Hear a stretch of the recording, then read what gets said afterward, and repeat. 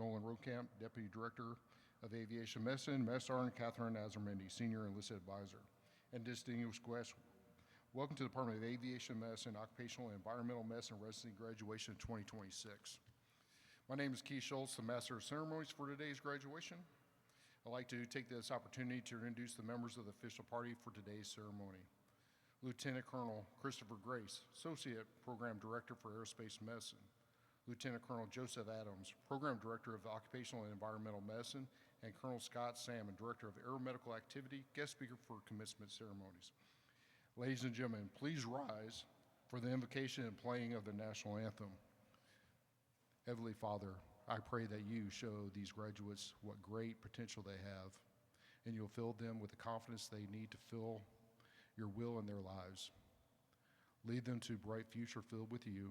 I pray for their partners, careers, peers, employers, and whoever else they may encounter in their future, that they be godly influence and push them towards your will. Lord, I pray for your faith, that you will carry on through generations. Bless the ones that come after them. Amen.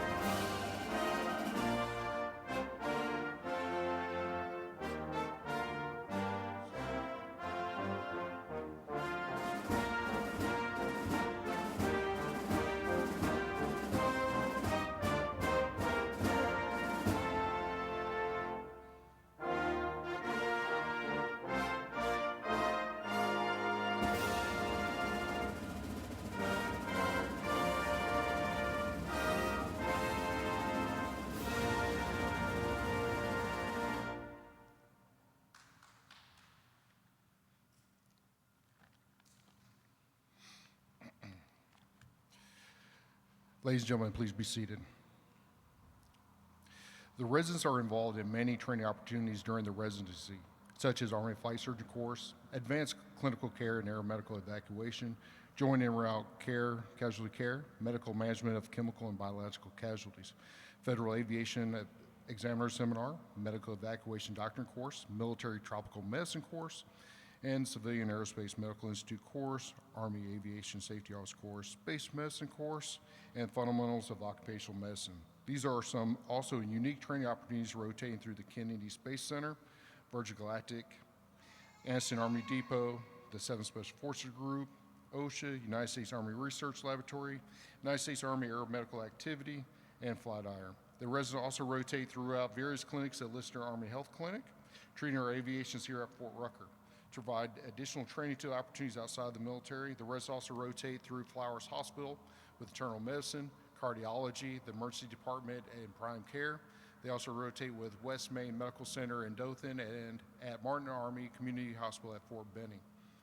Accomplishments of these classes include growth in motion sickness desensitization program, conducted monthly operational aviation medicine conferences to include all the Army components and aviation line communities, teaching lectures for our DAM courses of IRW, Flight Surgeon course, assisting Fort Rucker and ACE in their aviation resource management surveys, and traveling to unique medical experiences to places like Pikes Peak and Alaska.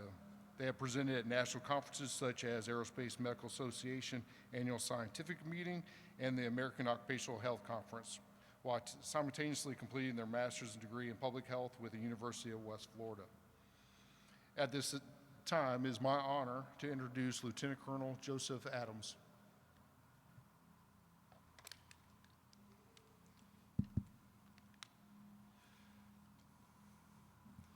Good morning. As one of the two program directors, and on behalf of the Director of Graduate Medical Education, Program Director, and the GME staff, It is my distinct honor to welcome you to this morning's commencement ceremony for the School of Army Aviation Medicine's residency programs in Aerospace Medicine and Occupational and Environmental Medicine. I'd like to welcome our distinguished guests, our fellow faculty and medical leaders within our community, both military and civilian. And while our limited time today does not allow me to thank you all individually, I do want to emphasize how vital your support is to our residents training, and thank you for making this all possible. To the friends and family joining us, thank you. Medical training is a collective effort, and the long hours and dedication required of our residents are shared by all of you. Your patience, encouragement, and support are vital pieces of their success. Residents, please stand and join me in recognizing these important people.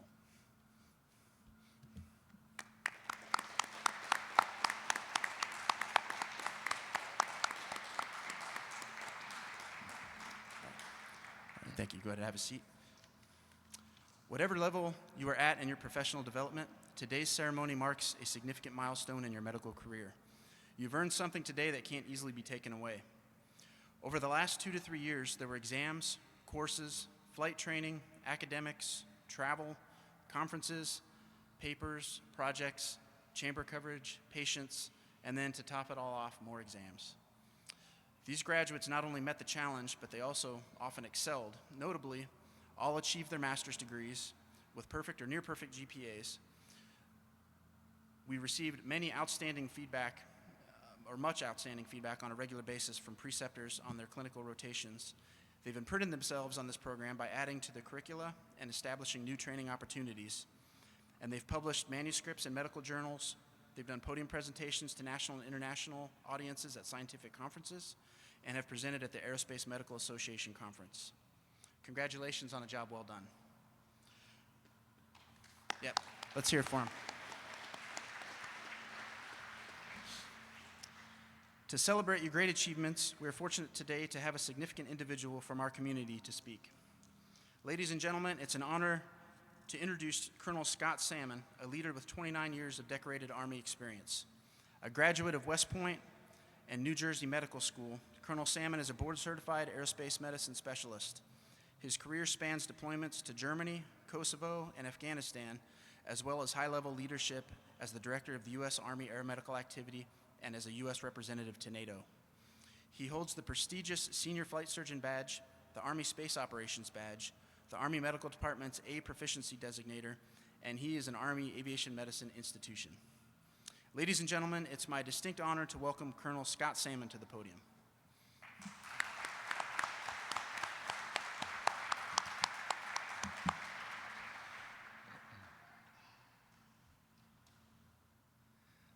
Thanks, Joe. Welcome, distinguished faculty and guests, family and friends of the graduates. Most importantly, congratulations, graduates. I'd like to thank Colonel Sonia Height for inviting me to speak at this year's graduation, and actually the whole damn team, Department of Aviation Medicine. It's just so fun to say, right? So I know you should start with a joke when you do a graduation speech like this, so I asked my wife. She said, "Let me see what you got." And then she rewrote my whole speech. So forgive me if I look at her notes while I go through this. Over a decade ago, 2014, my leaders at the time asked me if I would build the Army's own aerospace residency. We had one that was joint with the Navy down in Pensacola at the time, but it really wasn't getting us what we needed. They said, I said enthusiastically, absolutely, yes, I got this. And then they said, by the way, we're going to move it from Pensacola to Fort Rucker. And I said, what? No. I mean, Pensacola was just so nice, where I graduated from. But in fact, that move was what it was all about. Leaving the Navy product, which was basically creating a senior medical officer for an aircraft carrier, and developing an Army-centric product that did Army things, knew Army language, and took care of Army folk. That's what we needed. Together with Steve Gatus, who's not with us here today, I took aerospace, he took occupational medicine, and we recruited and built a program that I think is the prime example, the premier operational Army residency you just heard about from Mr. Schultz and Lieutenant Colonel Adams. Of course, we had help. We built it on the scaffold of other greats in the room. I see Dr. Venezia and his compatriot, Dr. Sauer, who built that scaffold for us down in Pensacola. But, you know, I'm glad to have seen the progression of the residency since I first put together the program. I think this is a program now that doesn't just train physicians. It invests in leaders, right?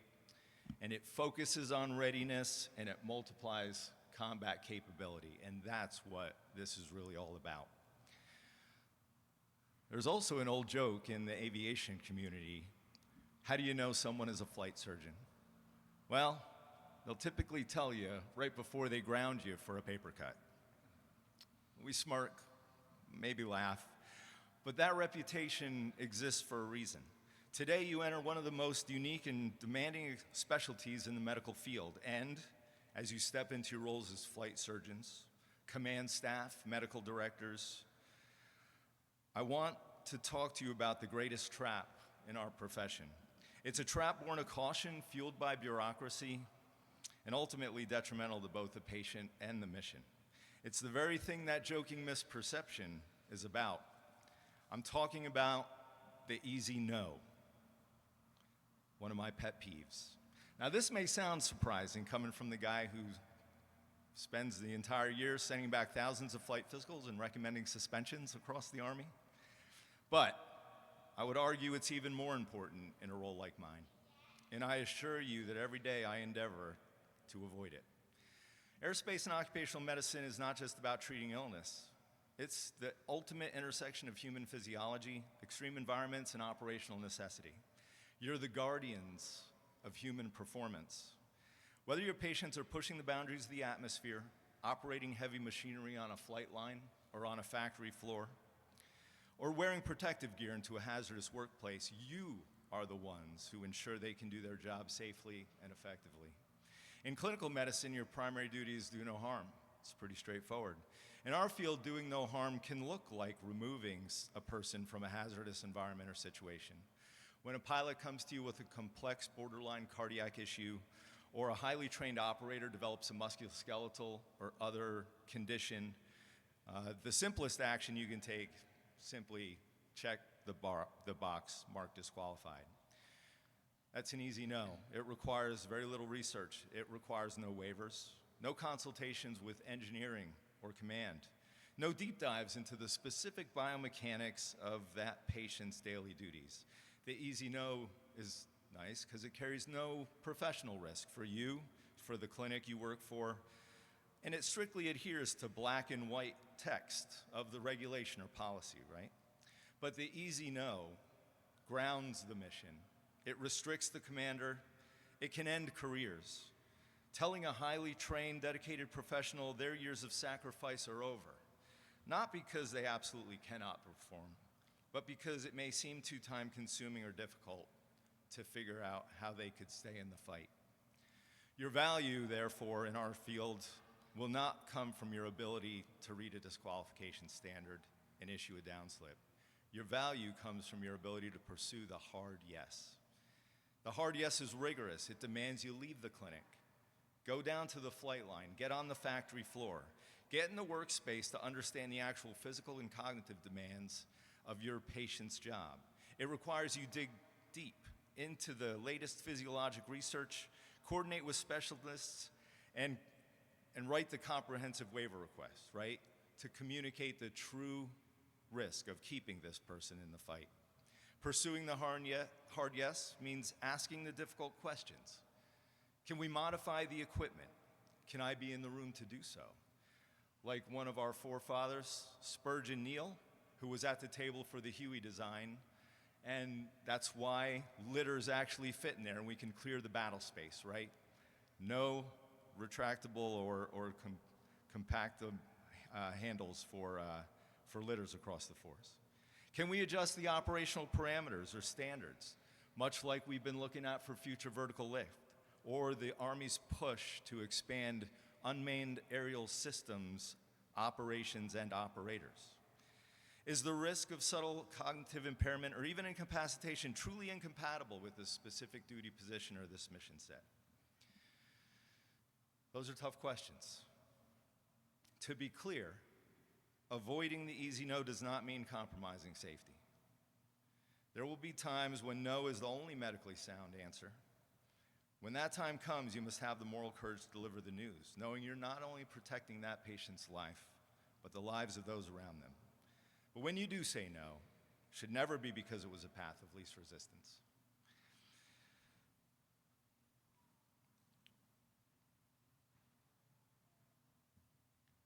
It should only be after you have exhausted every operational and medical alternative. You're graduating into a world that's moving faster than ever. As we modernize and empower soldiers, senior Army leaders are asking us to move faster, outpace our adversaries as technological changes accelerate. In all this, your number one priority remains readiness to deploy in support of global operations. If called upon, to innovate solutions and maintain the asymmetrical advantage. Every day, you will sharpen Army medicine's tip of the spear. From readiness to operational and preventive medicine, tactical care under fire, flight paramedics stabilizing casualties and air medevacs, you are force multipliers. And your role is now more critical than ever.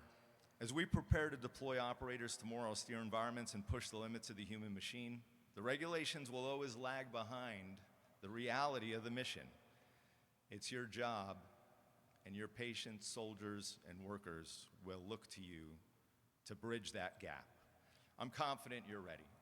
As one of my mentors, Colonel retired Mark McPherson would say, you guys are ridiculously capable.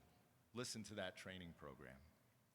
You're relentlessly trained and desperately needed in the force to optimize the asymmetric advantage we need in large-scale combat operations.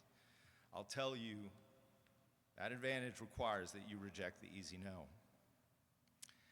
And I've seen promise over the past couple years.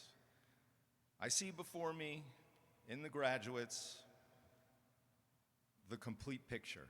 We have joint team builders, a master of the Socratic method, someone who's got a question for everything, right? Even when we ask questions, they'll answer with a question. Many who go the extra mile and provide candid feedback when required, right? Those who lead with presence, remain even-keeled in the chaos, and bring humor with the subject matter expertise, which is a highly underrated skill and necessary in some battle spaces. I know you'll excel as mentors. You're specialists who leverage data and data systems to improve outcomes, self-starters with an operational mindset. I've even heard that there's one amongst you who is a compassionate and outstanding communicator who can get anyone to yes in seconds, apparently. That's what I'm talking about. So hear this. Do not just be a gatekeeper, be an enabler. Protect the workforce, but fight for your patients' careers. Be like Jon Snow, not the secret Targaryen, but the 19th century London doctor and father of epidemiology who did the research and saved countless lives from the avoidable threat. In his case, waterborne cholera in London. Your find may not be a tainted water pump, but if you dig deeper, do the work, and commit yourselves to the burden of the hard yes, the Army will be better for it. Congratulations again to all of you. I'm proud of what Army, Aerospace, and Occupational Medicine brings to the fight, and I'm honored to serve with you in this critical moment in our nation's history. Now get to work.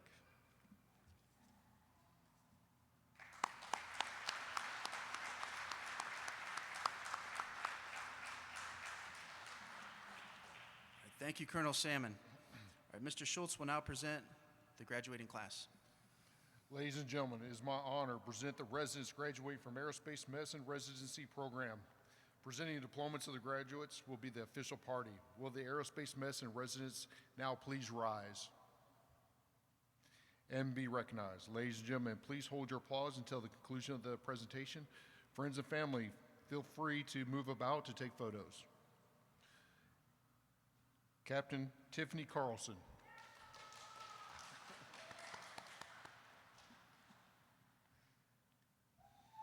It's backwards. Captain Brian Jimenez.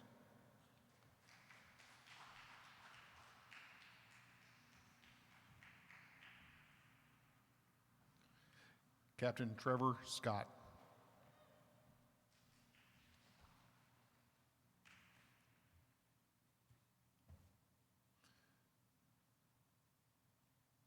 Captain Richard Williamson.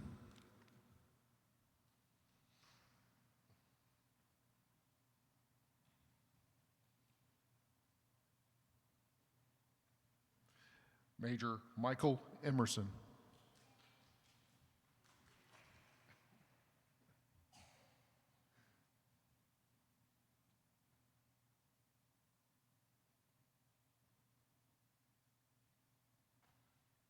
How about a big round of applause for our newest aerospace medicine graduates who will be continuing the occupational medicine residency program. Ladies and gentlemen, it is my honor to present the residents graduating from the Occupational Environmental Medicine Residency Program. Presenting the diplomas to the graduates will be the official party. Will the Occupational and Environmental Medicine residents now please rise?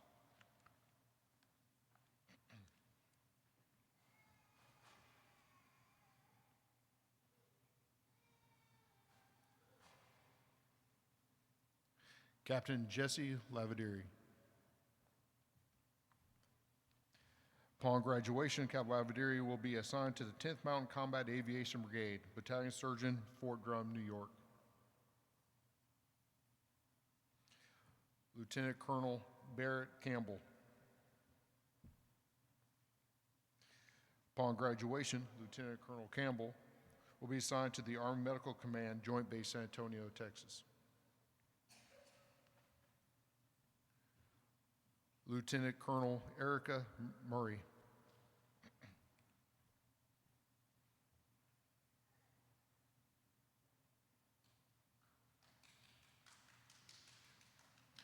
Upon graduation, Lieutenant Colonel Murray will be assigned to the United States Army Aeromedical Research Laboratory, Fort Rucker, Alabama.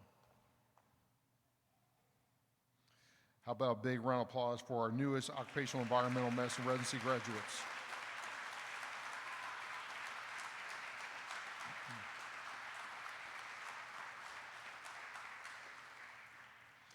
I'd like to invite the Occupational Environmental Medicine Chief Resident, Captain Lavadieri, to the stage to present the Occupational and Environmental Medicine Teaching Award.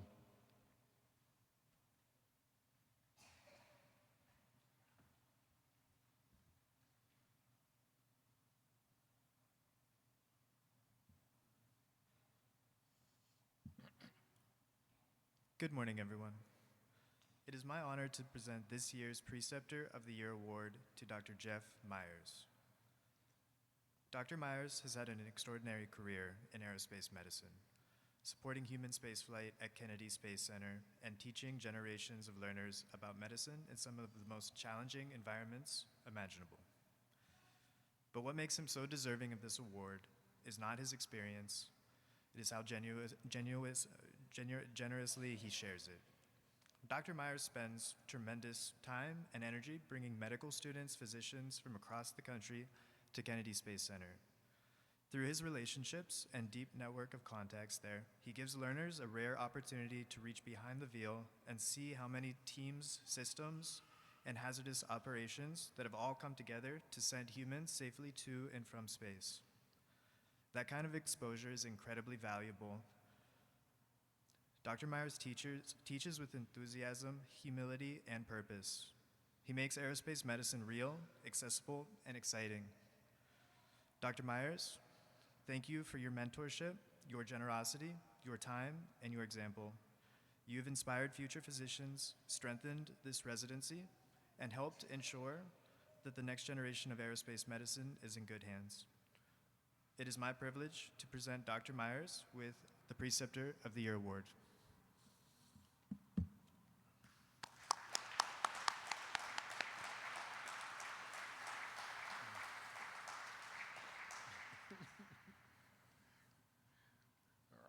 Each year, the Occupational Environmental Medicine residents present a Resident Award. Captain Lavendry will present the 2026 Resident Award. Good morning, everyone, again. It is my honor to present this year's Resident of the Year Award to Lieutenant Colonel Barrett Campbell. This is the second year that we have, I have some things to say. This is the second year that we have presented Lieutenant Colonel Campbell with this award. Winning once is an achievement, winning twice is a pattern, and the pattern tells you everything about Lieutenant Colonel Campbell. Lieutenant Colonel Campbell came to make the program better. He arrived already board certified in family medicine, already faculty, already carrying experience that a lot of us are still chasing. What brought him through the door was something simpler and a little bit rare, a real love of space and aerospace medicine. At least that's what he told me. He could have coasted on what he already knew, but he didn't. Instead, he looked at the systems around him and saw work to be done. Where the rest of us saw a frustrating process or a bureaucratic nightmare, he saw a problem worth solving. He poured hours into programming, into working groups, into unglamorous machinery of how the Army processes flight physicals, and he dragged the process forward, making it faster and smarter for everyone who comes after him. There's a bit of a running joke that it's hard to bring Lieutenant Colonel Campbell a good idea, because odds are he's already leading the team that's fixing it. The harder part is keeping pace with him once he is in motion. His mind moves fast and it moves far. But intellect alone doesn't earn you this award. He gave his time to resident after resident, untangling the data behind our MPH projects, getting ideas off the ground that would have stalled without him, and being a human encyclopedia regarding all things Army regulation. He helped quietly, generously, and without keeping score. Lieutenant Colonel Campbell leaves this Department of Aviation better than he found it. More efficient, more capable, and better prepared for whatever comes next. For his mind, his generosity, and his lasting mark on this place, it is my privilege to present Lieutenant Colonel Campbell once again with the Resident of the Year Award.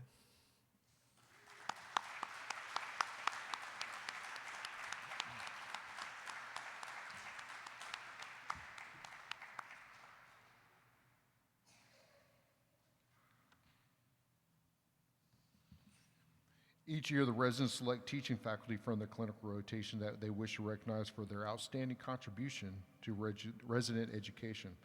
I'd like to invite Aerospace Medicine Chief Resident Captain Williamson to the stage to present the Aerospace Medicine Teaching Award.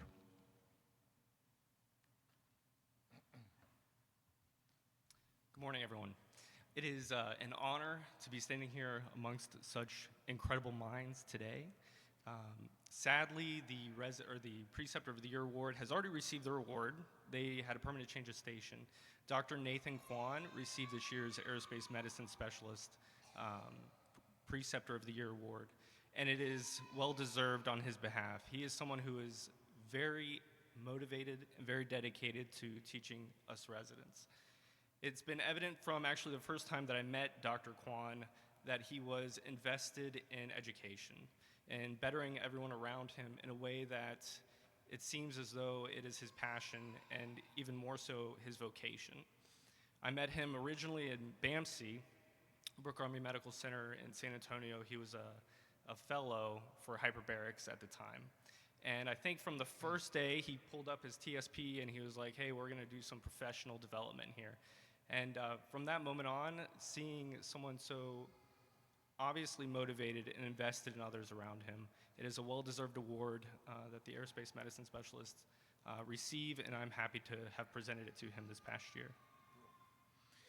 And each year, Aerospace Medicine residents present a Resident Award. Kevin Williamson will now present the 2026 Resident Award. Yes, so This is also a very big honor for me to give this year. Resident awards usually go to, and this year included, go to individuals who are exceptional in their field. They're very good both in the clinical setting as well as in the occupational and environmental and operational settings. This individual has, from the moment I met them, which I'm glad to say that this is my third year being their co-resident, the moment I met them has been very invested in their patients and in themselves in a way that is outstanding and truly inspirational. This is also an individual who is a fellow doctor of osteopathy, one of the only ones with me in my year, so I'm happy to give this award to them as well. She has been instrumental in paving the way for osteopathic recognition for our specialty, and so without further ado, I'd like to award this Resident of the Year award to Dr. Carlson.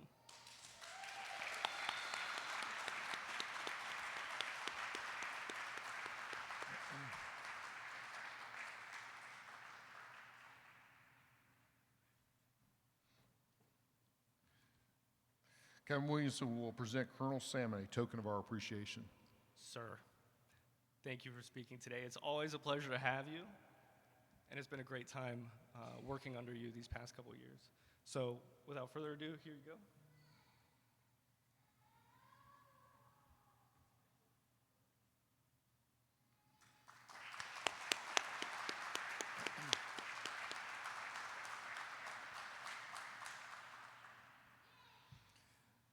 I now invite Lieutenant Colonel Christopher Grace, Associate Director for Aerospace Medicine, for closing remarks.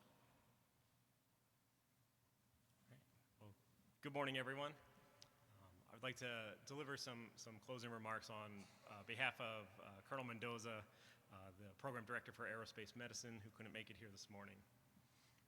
All right, but distinguished guests, families, friends, preceptors, and staff, thank you for your attendance today as we celebrate the graduating class. We're proud of their accomplishments and look forward to the impact that they will make as aeromedicine specialists in the Army for years to come. Today's ceremony marks more than the completion of the program. It also marks the beginning of a new chapter in their careers. Their residency journey here at Fort Rucker has been made possible through the invaluable support of our academic partners at the University of West Florida, the dedicated physicians at our clinics and hospitals throughout the Wiregrass area. We're grateful to the providers, physicians, and staff across the installation, Lister Army Health Clinic, the Aviation Center of Excellence, the U.S. Army Aeromedical Activity, and the U.S. Army Aeromedical Research Lab and Combat Readiness Center. And of course, the entire team at the Department of Aviation Medicine. Thank you all for the time invested, the expertise imparted, and your dedication to develop these residents into operationally focused physicians. This journey has also been made possible due to the dedication, encouragement, and unwavering support of your families and friends here today. They have been there during those late evenings, weekends, while you studied, tackled exams, and were away on rotations. This significant milestone belongs to them just as much as it does to you. So once more, thank you for being here today as we congratulate the class of 2026.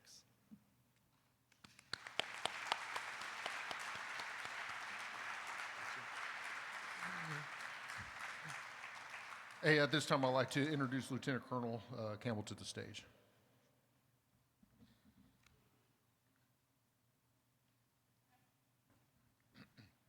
So as part of an opportunity that we have to recognize not only the graduates here, but the folks that make it possible, I'd like to call Lieutenant Colonel retired Peter Din up to this stage as well.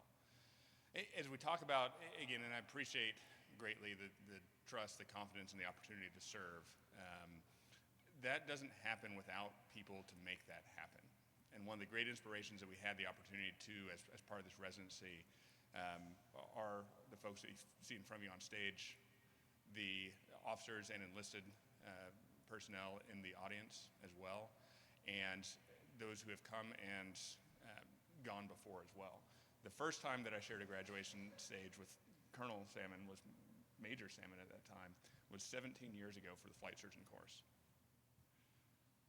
And the opportunity that we have to continue to interact with people throughout that time is extraordinarily important as well. And I strongly believe we'd be remiss without recognizing the contributions of Lieutenant Colonel retired Peter Dinn and his continued contributions to this program as Dr. Dinn within the Occupational and Environmental Medicine Clinic here at Lister. And as a token of that,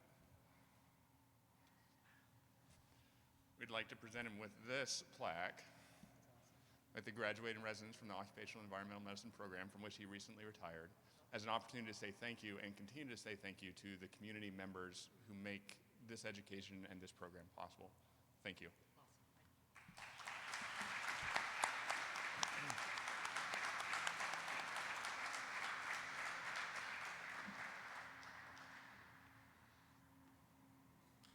Ladies and gentlemen, please stand for playing The Army Goes Rolling Along.